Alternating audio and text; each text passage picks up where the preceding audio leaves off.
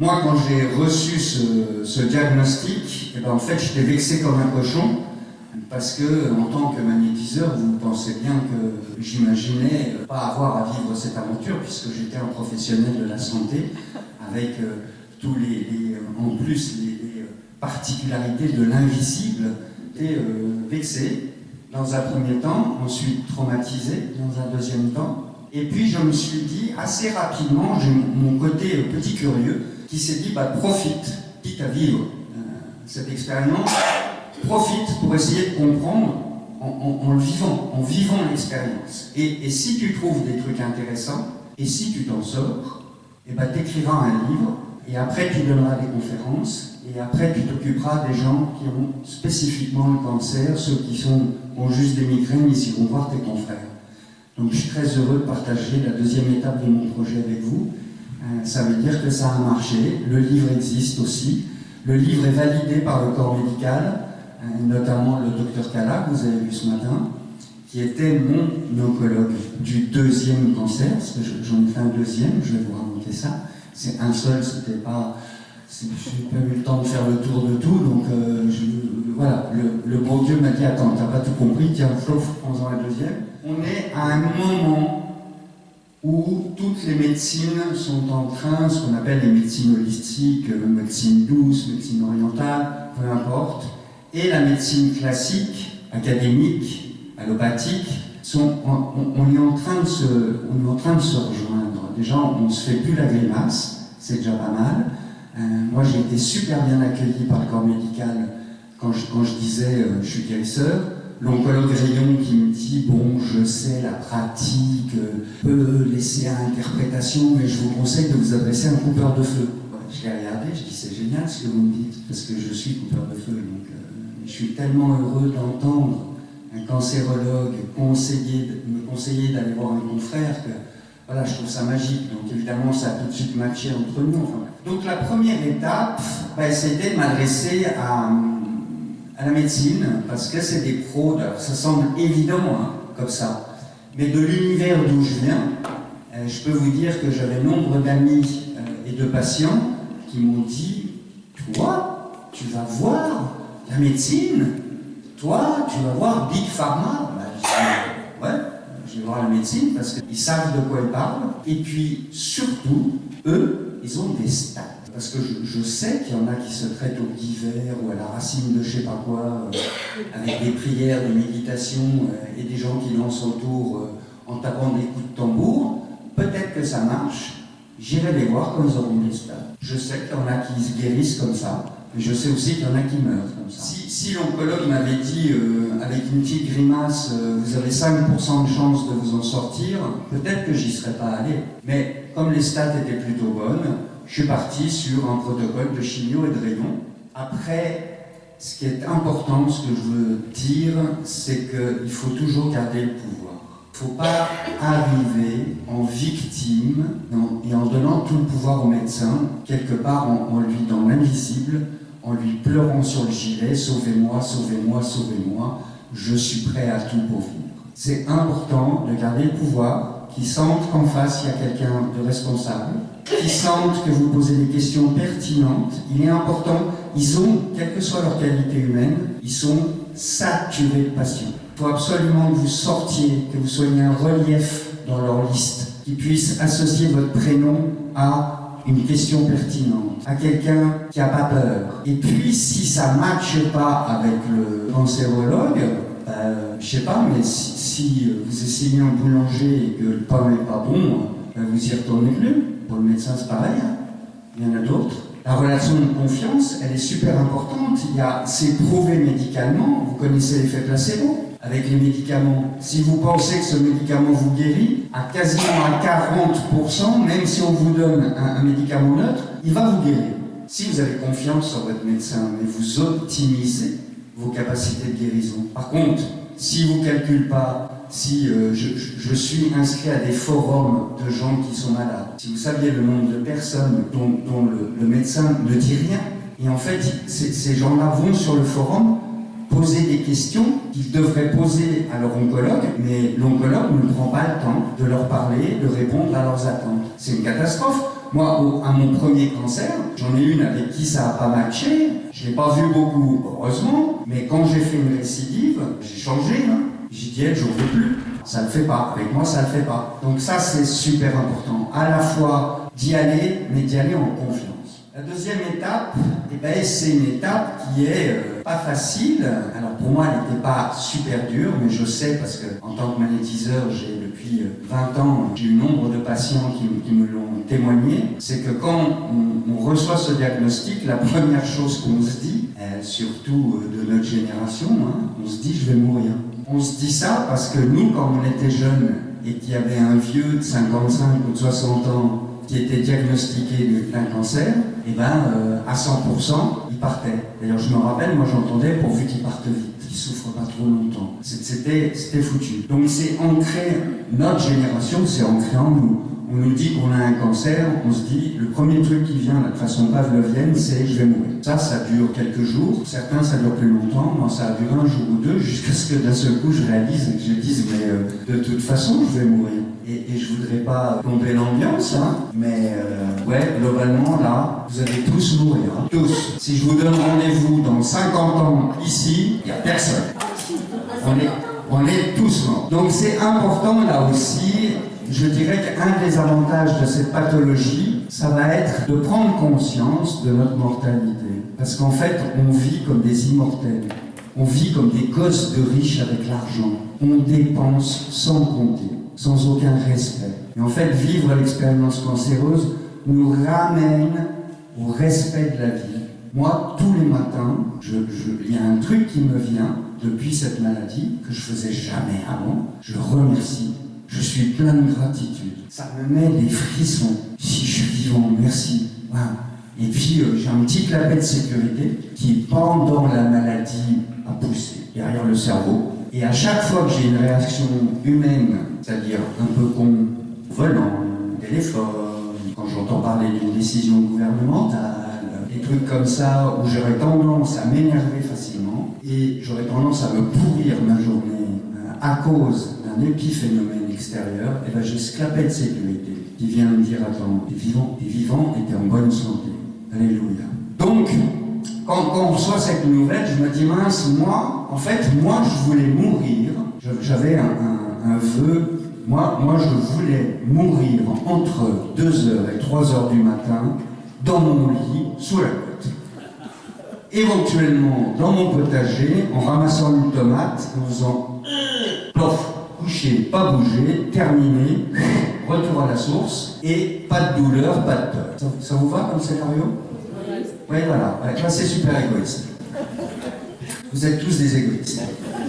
Vous êtes tous des égoïstes parce que vous n'avez pas préparé votre départ. On ne prépare pas notre départ parce que les Occidentaux, on est terrorisés par la mort. Rien que d'en parler, d'ailleurs, il y en a qui ne peuvent pas en parler. Hein. Moi, il y en a, quand je leur parle de la mort, ils me disent tais-toi, tais-toi, tais-toi. C'est comme si je leur parlais de la piscine, alors qu'ils savent qu'à un moment donné, il va falloir qu'ils plongent. Et qu'ils n'ont même pas appris à nager. Donc en fait, ça se prépare. Et ça se prépare sur 3 aspects, la mort. Ça se prépare d'un point de vue purement matériel, financier. Hein. Combien de familles se déchirent après un décès chez le notaire? Quel bel héritage vous laissez, là, une famille déchirée, alors qu'il suffisait de mettre les choses au point avant. Quand il y a un départ, on entend régulièrement « Oh mon Dieu, il est parti, j'ai oublié de lui dire, j'aurais aimé lui dire que je suis désolé, que je l'aimais. » Et ça n'a pas été fait. Ça n'a pas été fait parce que le sujet n'a jamais été abordé. Parler de la mort ne fait pas mourir, hein. Je vais rassurer tout le monde. Moi, j'en parle régulièrement, je suis super vivant. Donc, et je parle de la mienne de mort, hein. Je ne parle pas de la mort des autres. C'est important de dire aux gens qu'on aime, qu'on les aime. C'est important de dire aux gens qu'on est désolé. C'est important de les laisser s'exprimer là aussi. Et je dirais que s'il y a bien un avantage, c'est le seul, hein, de cette pathologie, c'est qu'entre le moment où elle est diagnostiquée et le moment où éventuellement on doit quitter le monde des vivants, on a du temps. La crise cardiaque, il n'y a pas le temps. Quand vous mourrez dans votre sommeil, il n'y a pas le temps. Les gens qui restent sont frustrés de ne pas vous avoir tout dit. Là, c'est l'opportunité de faire le tour. Moi, je cancer de la gorge comme par hasard. Ça faisait 3 ans que je n'avais pas parlé à ma mère. Donc, j'ai dit, tiens, je vais lui passer un coup de fil quand même. Peut-être que de renouer le dialogue avec elle, peut-être que ça va m'aider à guérir. Et puis la troisième étape, elle est spirituelle. Elle nécessite, alors je vous rassure tout de suite, elle ne nécessite pas 1000 heures de méditation, mais elle est spirituelle parce qu'elle est du domaine de l'esprit, mais qui peut être, comment dire, rassurée de ne plus avoir peur de la mort. Peur de mourir, vous ne pouvez pas vous empêcher, c'est en nous. On ne veut pas passer de l'autre côté. On a des trucs en nous, des systèmes, des réflexes qui font qu'on ne veut pas passer. C'est pour ça qu'on fait tout pour vivre. Par contre, avoir peur de ce qui se passe après, ça c'est paralysant. Et en fait, peu importe, il y a les gens, des fois quand je discute de ça, il y a des gens qui me disent « Oui, mais toi t'es magnétiseur, t'es perché, tu crois des trucs, t'as pas les preuves. » C'est vrai que moi je crois qu'après, il y a autre chose. Je crois que je garde ma mémoire, je garde mes émotions, je garde mes souvenirs. Alors évidemment sur une autre vibration, sur quelque chose qui est moins concentré en termes de matière, qui est plus éthéré. Mais dans le monde, rien ne disparaît, tout se transforme.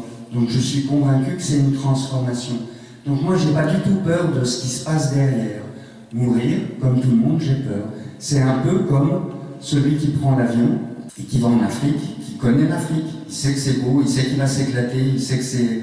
Mais alors par contre, le voyage, voilà, le terrorise. Si vous êtes terrorisé par la destination, le problème, peu importe que ça soit vrai ou pas, et c'est ce que je dis à ceux qui me bousculent avec ça, qui me disent que je suis perché et qu'il n'y a pas de preuve. C'est vrai qu'il n'y a pas de preuve qu'il y a une vie après la mort, mais il n'y a pas de preuve du contraire non plus. Donc en fait, c'est qu'une question de choix. En fait, vous avez le choix de croire en ce que vous voulez. Vous avez le choix de croire en ce qui vous fait du bien. Vous avez le choix de croire en ce qui vous tétanise et qui risque de vous empêcher de guérir.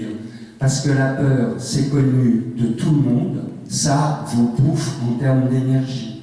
Vous ne pouvez pas guérir si vous êtes terrorisé, ça ne marche pas. Tous les coachs sportifs le disent, si vous avez peur de perdre, vous ne gagnez pas. Une équipe qui a peur, elle ne gagne pas. Donc c'est important ça, de travailler ces trois aspects de la mort, de façon à ce que lorsque le jour où on est confronté, alors que ce soit le cancer, vu qu'on est peu nombreux, là, les pas de bol, vu qu'on n'est pas nombreux dans l'assistance à avoir vécu ça, mais pour sa vieillesse, où à un moment donné, ça se rapproche, ou pour d'autres pathologies qui peuvent être létales, c'est important de travailler ça. Et une fois de plus, je vais faire la parabole avec la piscine. On sait tous qu'on va plonger un jour. Ok ? Apprenez à nager. Troisième aspect, troisième étape de ma guérison, ça a été la quête de sens. Moi, je m'étais rendu compte en tant que guérisseur que y avait tellement de paramètres cancérigènes dans notre vie.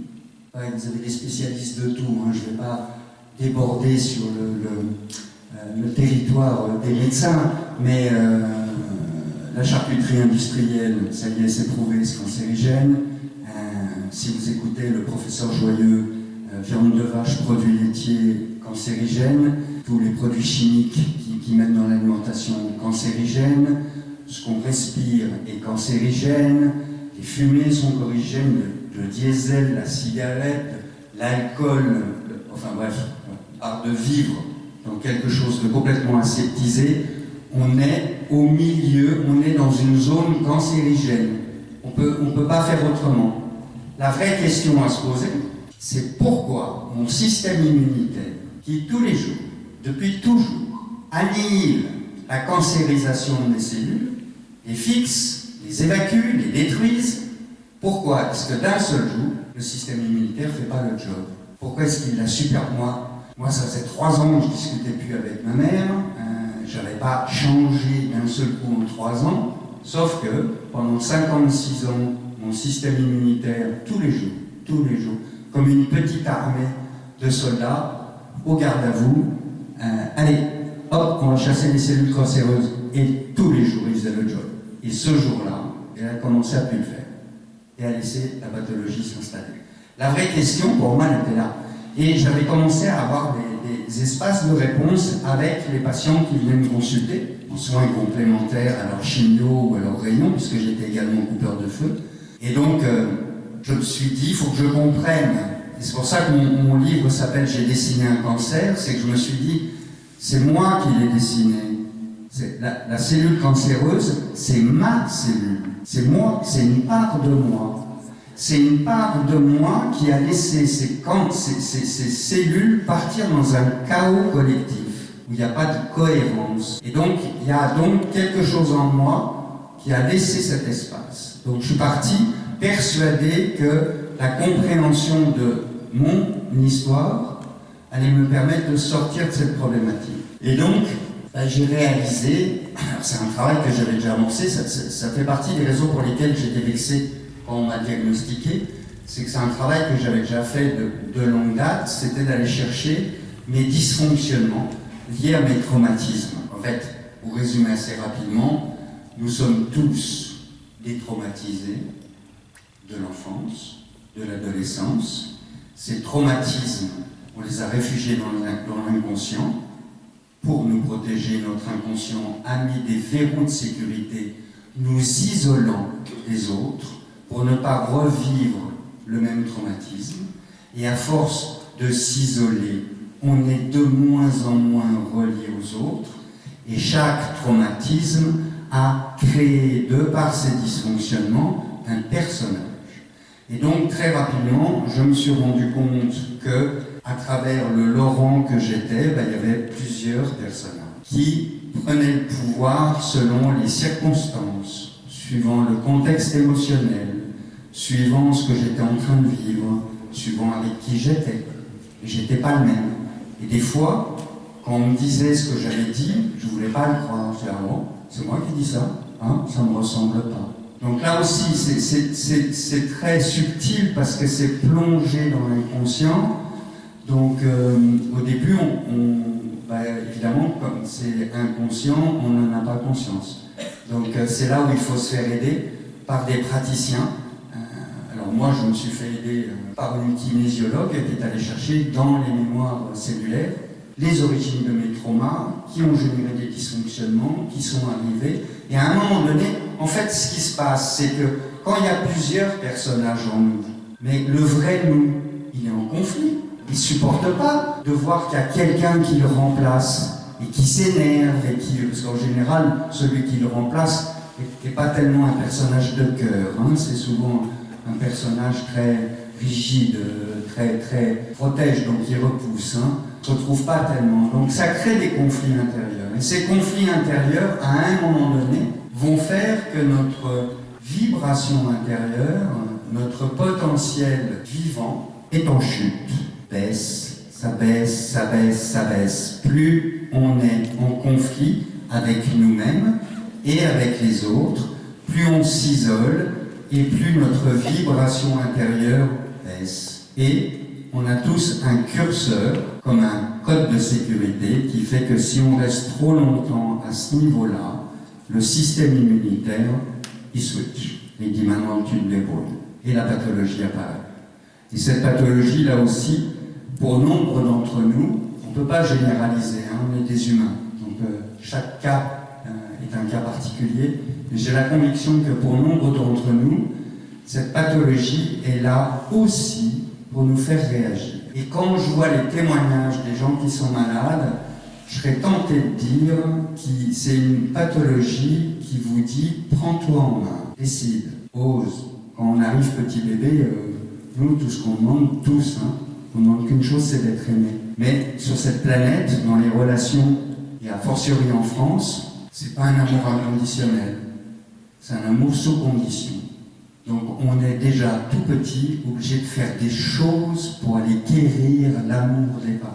Et à force de faire des choses pour quérir l'amour des autres, on ne fait pas ce qu'on aimerait faire nous.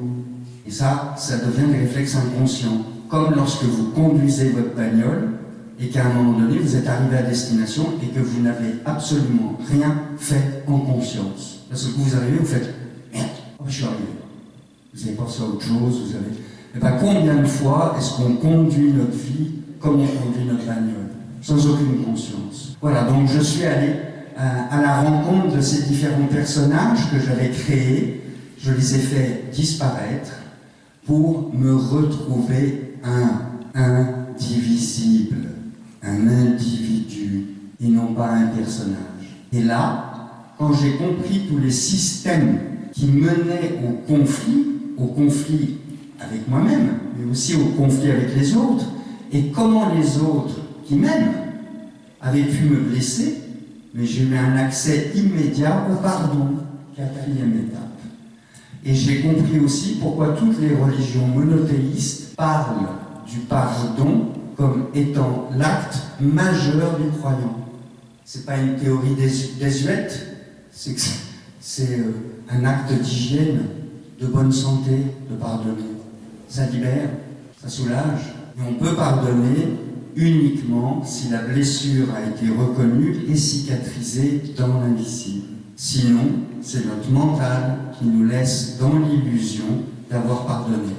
Parce que ça nous ramène à, il faut être gentil, ça nous ramène à notre éducation. Pardonner, c'est bien. Il faut pardonner. Donc on pardonne. Oui, voilà, c'est passé, j'ai pardonné maintenant. Et en fait, pas du tout. Vous avez pardonné, mais vous ne lui parlez plus. Vous avez pardonné, mais vous oubliez son anniversaire. Vous avez pardonné, mais il y a plein d'actes manqués qui laissent à penser que le pardon n'a jamais été profond. Et en fait, ça ne veut pas dire oublier, pardonner. Ça veut dire juste se libérer. Grâce au cancer, je suis allé dans le pardon et je me suis d'abord pardonné à moi-même. Parce que qu'est-ce que j'ai pu m'infliger comme conflit intérieur? Combien de fois est-ce que j'ai pu dire mais qu'est-ce que je suis con? Qu'est-ce que je suis comme ci? Et qu'est-ce que je suis pas comme ça? Parce que là aussi, dans notre éducation, on a tous entendu est-ce que tu peux être bête, est-ce que tu peux être sotte, mais est-ce que tu es nul, etc., etc. Et comme c'est des gens qui nous aiment et qu'on aime, qui nous disent ça, c'est des vrais traumatismes, on y croit et on construit notre vie par rapport à ça. Se libérer de tout ça et se pardonner de tout ça nous aide profondément à guérir.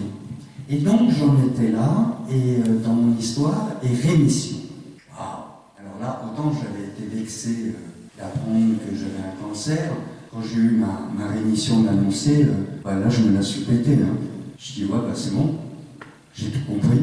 J'étais super content, donc je continuais à écrire mon livre, et puis 4 mois après, récidive foudroyante sur la cage thoracique. Quand je dis foudroyante, c'est qu'en l'espace de 2 mois, j'ai une tumeur, une métastase de la gorge, qui est allée donc savoir pourquoi, se foutre sur une côte, mais par contre, elle s'est développée de façon exponentielle, puisqu'en 2 mois, j'avais un kiwi là, de 4 sur 7 cm accroché sur la cage thoracique. Alors, heureusement, à l'extérieur, moi, j'ai toujours eu une recherche esthétique. J'ai eu 2 cancers qu'on pouvait voir.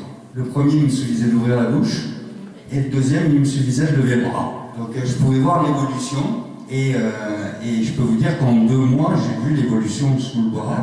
Là, je me suis dit, je vais mourir. Là, je ne comprenais plus rien. J'ai dit, bon, ok. Là, j'ai vraiment préparé ma mort. Là, je suis revenu à l'étape 2. Oh, ça s'est fait, ça s'est fait, ça s'est fait. Pourtant, je reparle à maman. Bon, ok, etc., etc. Tout était verrouillé, c'était prêt. J'hésitais à retourner dans l'univers médical. En fait, grâce au docteur Kala, grâce à l'humanité qui dégageait, j'ai dit, ok, je retente le coup. Là, je me suis dit, bon, soit j'ai rien compris, et on jette une pièce, et puis, en fait, ce cancer, c'est une loterie. Ou alors, si j'ai raison, je ne suis pas allé au bout de la démarche. Et là, c'est la 5e étape, c'est bouge. Et en fait, ce que j'avais fait ce qui m'énervait quand j'étais dans l'univers de l'entreprise chez les autres, j'avais fait celui qui dit « je sais » et qui fait rien. Vous en avez croisé au boulot des comme ça, vous? Parce que j'ai pas toujours été guérisseur. J'ai fait plein de trucs avant. J'étais officier dans l'armée de terre, j'étais chef d'entreprise, directeur commercial. Et donc, je croisais des mecs, je disais « oh, ouais, je sais. » Bah vas-y alors, si tu sais, fais-le. C'est ton job. Ah ouais, bah oui. Et en fait, j'avais fait la même chose. C'est-à-dire que j'avais tout compris, j'avais rien changé. Parce que je suis un être humain normal et que notre immense point faible, c'est la remise en question de nos habitudes. Et surtout, c'est tellement traumatisant. Et j'ai encore, c'est pas du jugement de ma part, hein, c'est juste, j'ai tellement de compassion pour les gens qui vivent ça, c'est que c'est tellement traumatisant qu'on n'a qu'une envie, quand le médecin nous dit il n'y a plus rien, c'est de reprendre sa vie à l'identique comme si c'était rien passé. Bon ben ça y est, c'est bon, c'est sûr, hein, il n'y a plus rien, docteur. Hein, ça va? Ok, merci, hein, docteur, merci, toc, on ferme la porte, et là, pof, on réapplique très parfaitement la recette qui nous a amené à la pathologie. Vous voyez le truc aberrant? C'est-à-dire qu'à un moment donné, notre vie a dysfonctionné à un point tel qu'on en arrivait à créer cette pathologie, on en guérit, et qu'est-ce qu'on fait? On recommence. C'est de dingue ça quand même. Et on est nombreux à tomber dans le panneau, et je pense qu'il y a une grosse part de récidive, d'explication de récidive là-dedans, parce que les taux de récidive sont monstrueux, d'ailleurs ils vous laissent le porte à 4. Il n'y a plus rien, mais on ne sait jamais. Comment on ne sait jamais? Il n'y a plus rien, oui, mais on ne sait jamais. Alors le on ne sait jamais, on l'apprend après, hein, c'est dans la récidive. Et il y en a tellement qu'ils n'osent même plus vous enlever le truc. Donc je crois que c'est Einstein qui disait si vous pensez en reproduisant systématiquement la même formule avoir un jour un résultat différent, vous êtes fou. On a cette part de folie en nous, les malades, c'est qu'on veut, une fois que c'est fini, on ne veut rien changer. Alors qu'il faut changer quelque chose. Il faut voir qu'est-ce qu'on peut changer. Et on n'a pas la main sur beaucoup de choses. Moi dans ce qui a généré la naissance du premier cancer, hein, c'est le monde dans lequel on vit, qui venait résonner sur mes propres traumas, les notions d'injustice, ça me mettait en colère, j'ai pas la main là-dessus, moi. J'ai pas la main sur la famine dans le monde, j'ai pas la main sur le conflit ukrainien, j'ai pas la main sur Gaza, j'ai pas la main sur qu'est-ce qui se passe en Afrique du Sud, j'ai pas la main sur la couche d'ozone, j'ai pas la main sur... En plus, on cherche à nous angoisser en permanence. On s'étonne qu'il y ait de plus en plus de... Le nombre de cancers a doublé en 30 ans en France. On s'étonne. On nous met dans un climat anxiogène permanent, où en permanence, on nous énerve, on nous fait peur, etc., sur des domaines sur lesquels on n'a pas la main. Donc lâchez, hein. Faut lâcher, faut pas se rendre malade, hein. Par contre, il y a des domaines sur lesquels vous avez la main. Vous vivez où? Avec qui? C'est quoi votre boulot? Vous l'aimez votre boulot? Vous aimez votre patron? Vous aimez votre entreprise? Ça vous épanouit? Ça vous rend heureux? Votre compagnon de vie ou votre compagne, elle vous épanouit? Elle vous rend heureuse? Vous communiquez? Vous grandissez ensemble? Ou vous générez une frustration permanente? Parce qu'à un moment donné, c'est des questions importantes à se poser, parce que le problème de la récidive, c'est que le premier cancer, il nous a complètement déglingués. Hein. Moi, j'avais ni surcharge pondérale, ni d'autres pathologies. Je n'étais pas diabétique, je n'étais pas cardiaque, il m'a fallu 2 ans pour me reconstruire physiquement. Donc ça nous déglingue grave. Donc notre système immunitaire, il est gravement déglingué. C'est pour ça aussi que la récidive est plus létale que le premier cancer. Donc il y a des vraies décisions à prendre. Et donc, comme je m'adresse à un public en bonne santé, vraiment, ce que je vous dis là est important pour les gens qui sont autour de vous, ou pour vous-même, si un jour on vous dit que vous avez créé cette pathologie, c'est une création, pensez, pendant que le médecin s'occupe de vos tissus, de vos organes, pensez à prévoir les changements de votre vie après. Voilà, donc alors je m'arrête là. Je pourrais vous parler de cette pathologie jusqu'à demain matin.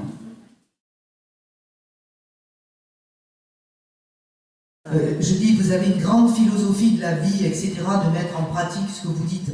Mais quand on est concerné, vous savez, c'est pas simple. Moi, je suis concerné. Et donc, tout ce que vous racontez, bon, c'est du positif, hein, loin s'en faut. Mais l'application, elle est quand même compliquée. Quand vous êtes dans la maladie, et que vous basculez après dans le bien-être, vous vous dites c'est fini. C'est jamais fini. C'est jamais fini. Donc c'est difficile de rétablir une vie cohérente, que ce soit au niveau d'un couple, d'une vie familiale, etc. Donc je me dis, comment vous faites? Alors, c'est pas facile. Voilà. aucun moment, je suis d'accord avec vous, hein, à aucun moment, et moi-même, hein, là, aujourd'hui, tellement heureux d'être vivant, tellement heureux d'être avec vous, que c'est facile. Je suis pas gros, j'ai perdu 15 kilos en 2 mois, okay. J'étais osseux. Je me regardais dans la glace, j'avais plus de force, j'avais les neurones d'un poisson rouge, et les seules pensées que j'arrivais à créer, c'était « t'as la gueule du mec qui va mourir demain ». Bien sûr que c'est pas facile, c'est un chemin, mais je reste convaincu que la vie, alors après chacun ses croyances, hein, la vie, l'univers, Dieu, nous envoie les obstacles que nous sommes capables de franchir. Ce qu'il faut, c'est avoir les bonnes stratégies, entre guillemets, avoir un bon médecin, avoir confiance en lui, avoir une vraie relation. Moi j'avais, alors c'est des trucs con peut-être, hein, mais moi j'ai un potager, mon médecin, je lui amené une salade à chaque fois que je le voyais. Je me disais, quand il pense à moi, il se dit c'est le mec aux salades. Et ben, je me disais, ça l'aide à être plus concentré sur mon cas que sur les 6792 qu'il voit dans la semaine. Oui. Donc c'est important dans l'invisible, ces choses-là. Hein. La notion, je ne vous ai pas trop emmené sur le magnétisme, sur tout ce qui se passe dans l'invisible, mais ça fait partie des choses importantes. Merci pour la question. Je vais avoir la même réponse que pour madame. C'est compliqué, mais c'est possible. On est bien d'accord? Ok. Stade 4, c'est sûr que quand on apprend la nouvelle avec l'info Stade 4, et chance, au moins, et il en reste. Je vous conseille un livre, alors je vous conseille le mien, je vous conseille aussi le livre du docteur Tiberghien, Yann Tiberghien. Ils étaient tous condamnés, histoire de 11 guérisons miraculeuses. Il dit sensiblement la même chose que moi dans mon livre, qu'en fait il y a des dénominateurs communs aux guérisons miraculeuses, notamment d'accepter l'idée de mourir, être acteur de sa vie. Alors c'est pas une garantie, être acteur de sa vie, c'est aussi être acteur de sa guérison, c'est décider, hein, ne pas tout mettre sur les épaules du médecin. Qu'est-ce que je peux faire moi pour essayer de guérir? Et puis après, alors c'est vrai que tout le monde n'a pas toutes les informations, alors c'est pour ça aussi, faites passer l'info, hein. Il y a, normalement, si vous avez le petit flyer, vous avez mes coordonnées. Je donne des séminaires où les gens en bonne santé ne sont pas du tout conviés. Je ne reçois que les gens qui sont en soins ou qui sortent d'une situation cancéreuse. Et on travaille ensemble sur le comment est-ce qu'on en est arrivé là et comment est-ce qu'on peut faire en sorte, après les soins, parce que bien évidemment, ça ne remet pas en question tout le protocole allopathique, mais après, quelle est ma propre voie pour m'en sortir? C'est là où j'aide les gens. Oui, j'aurais voulu savoir dans quelle mesure le fait d'être magnétiseur vous a aidé dans votre combat. Quelque part, ça vient rebondir sur le constat et la question de la dame, c'est que la chance que j'ai eue, moi, c'est que déjà j'avais ces 2 grilles de lecture. Alors, je n'avais pas la grille de lecture médicale, mais je m'en suis remis au médecin, parce que je savais que c'est pas un confrère magnétiseur qui allait me sortir la tumeur de la gorge, qu'il fallait attaquer le mal dans la matière. Par contre, ce que je savais aussi, c'est que j'étais pas un bout de viande, j'avais un esprit, une âme, des émotions, que tout ça agissait sur mon organisme. Quand je pense à quelque chose, mes cellules réagissent. Mes cellules ne fonctionnent pas de la même façon si je pense à mon amoureuse ou si je pense à quelqu'un que je supporte pas. Si j'ai peur, mes cellules, elles fonctionnent différemment. La preuve, ça me donne envie de pisser. Ce raisonnement-là, bien évidemment, dans notre univers, il est poussé plus loin sur les mémoires, sur les traumatismes, sur qu'est-ce qui va faire qu'on va se retrouver dans telle ou telle situation. On a une lecture de l'invisible. Donc ça m'a permis de gagner du temps. C'est pour ça que je fais des séminaires, pour ceux qui n'ont pas cette grille de lecture, pour leur amener la grille de lecture, pour dire voilà, gagne du temps, oriente-toi ici, là, si tu veux être acteur de ta guérison. L'autre avantage, c'est que je connaissais des praticiens. Je savais qui était bon dans son domaine. Dans la mémoire cellulaire, c'est hyper... Intéressez-vous à la mémoire cellulaire, c'est passionnant. Et là, Je ne suis pas en train de vous parler d'un truc de perché. En 2016, au CERN à Genève, ils ont validé qu'un traumatisme, les scientifiques biologistes ont validé qu'un traumatisme impactait les chromosomes de l'ADN.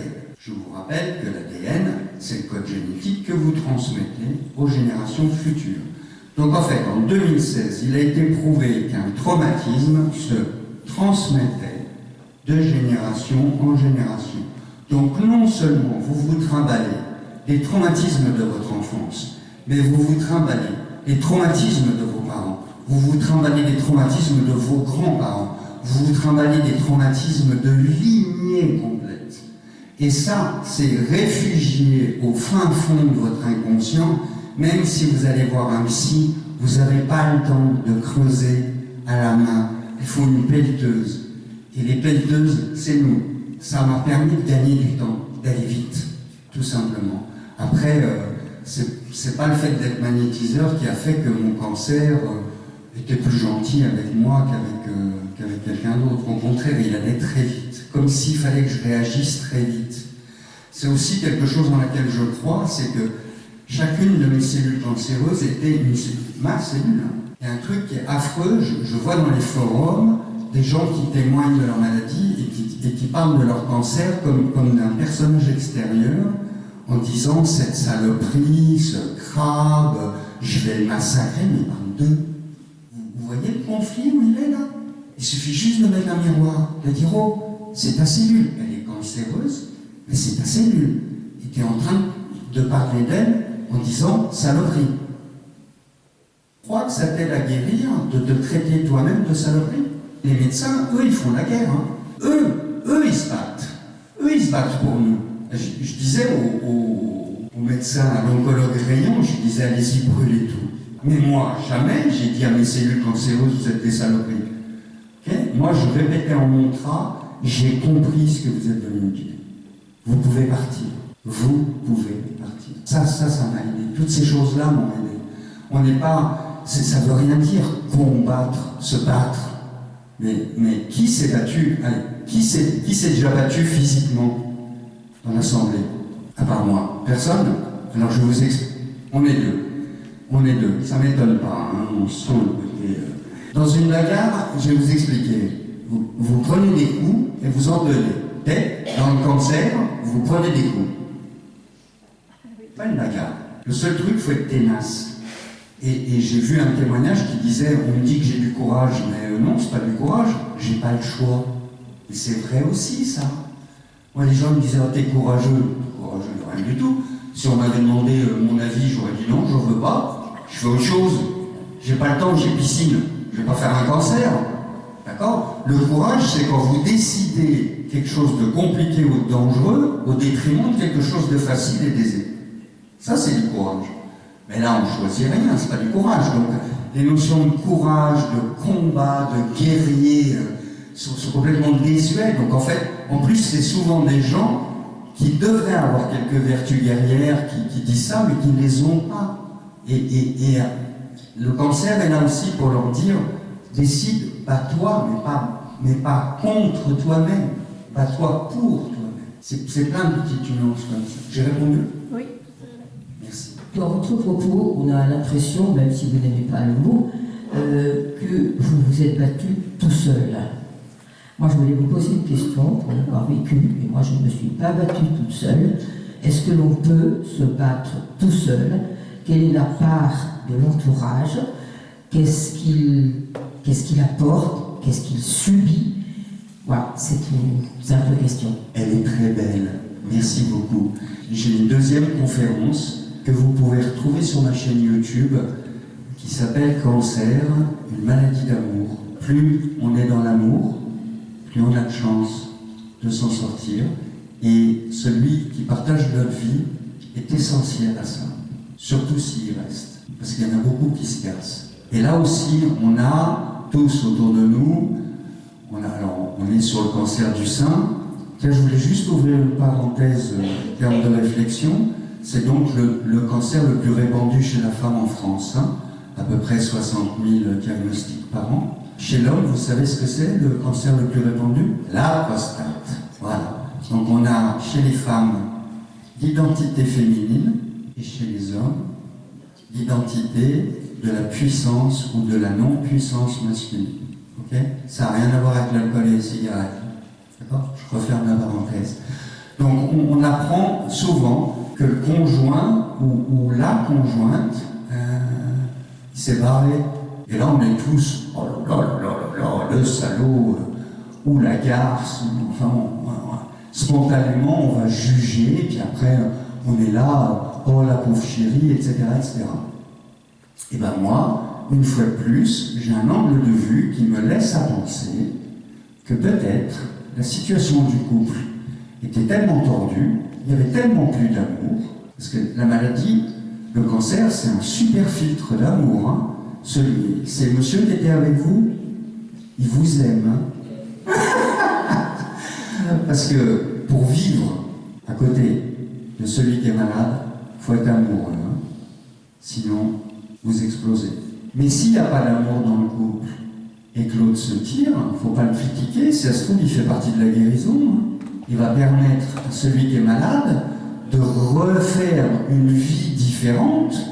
Il vaut mieux ça que le mec qui met la tête dans le seau, qui fait ça va durer 6 mois, puis après elle me refera à manger comme avant, et qui n'est pas plus amoureux que ça, qui est content d'avoir une femme de ménage à la maison. Et peut-être que la pathologie, elle est venue aussi pour réveiller.